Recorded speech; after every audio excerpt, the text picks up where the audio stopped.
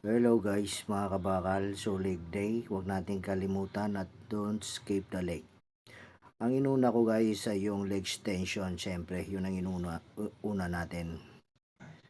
So 4 set lang tayo dahil wala tayong partner, wala tayong spotter. So ito yung pangalawa ko, yung hack squat to na machine. So dito pwede tayong mag heavy. So dito guys pabigat ng pabigat ha. Pag magaan, i-feel nyo guys yung bigat. So pagka mabigat na, so siyempre kailangan na natin ng puwersa. Okay, so ito na yung pinakalas ko dito at sagad ko na to. Yan. Kukuha tayo ng buwelo. So bago natin yan itaas, kailangan naka-posisyon yung mga paa natin. Okay, let's go guys. So yan guys. So hanggang kaya lang natin dito guys. So kailangan pag maliit ang legs natin guys, magporsige tayo sa leg. Huwag puro back at huwag puro chest ang workout natin. Kailangan naka-cycle din yung buhat nyo guys. So don't skip the leg day. Yun ang dapat natin ginagawa dapat sa una pa lang. So dati ayaw ko ng leg. So ngayon naging paborito ko ng leg day kasi maliit ang legs ko. So yun lang guys. So tapos na tayo dito at dito naman tayo sa leg press na to. Machine. So dito guys, pabigat din to ng pabigat ha. Okay. Siyempre, pagod na rin tayo at solo, walang pahinga. Okay, wala tayong pahinga guys, buhat na ng buhat. So ngayon, naka-focus tayo sa pagbubuhat.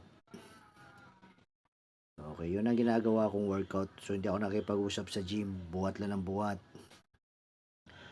So tulad pa rin ng sinasabi ko guys, focus tayo sa pagkain. Bago tayo pumunta sa gym, kailangan loaded tayo ng pagkain at bago tayo magbubuhat ng heavy. Siyempre, paano tayo lalaki kung wala tayong meal? So katulad pa rin, plain pa rin guys ang meal ko. So ito na pala pangatlong setup na natin to. Okay, pang last ko na pala to guys dito sa leg press na to. So mabigat na to guys. Okay, kukuha pa rin tayo ng buwelo. Yun. At dito guys, pakiramdaman din natin ha. Huwag puro pagka alam natin na hindi masama ispatan natin sarili natin. Kasi marami na injury dito, nababalian ng mga buto. So bago ko yan iangat, pinapakiramdaman ko kung kaya. So ganun lang guys, hindi kailangan ng maraming workout sa leg. Tama na yung 4 na program o 5. Okay, so ako kasi minsan 5-6. So kasi ako naman, kaya marami yung workout ko sa leg. Kumakain naman ako ng marami guys. Ang pagkain ko sa isang araw, 6 times a day. So 1 kilong bangus at 15 egg na 15 egg. Yun. So umaga ko yung egg. At baon ko sa work yung bangus. O kaya chicken breast, tilapia. Ganon lang guys, paulit-ulit. Kahit nakakaumay, kinakaya pa rin. So ito na yung last ko dito guys. Okay. So dapat din paiba-iba din yung workout natin sa leg. So dapat katulad ng sinasabi ko, dapat marami tayong alam na workout sa leg. Hindi lang sa leg, kundi din sa upper body.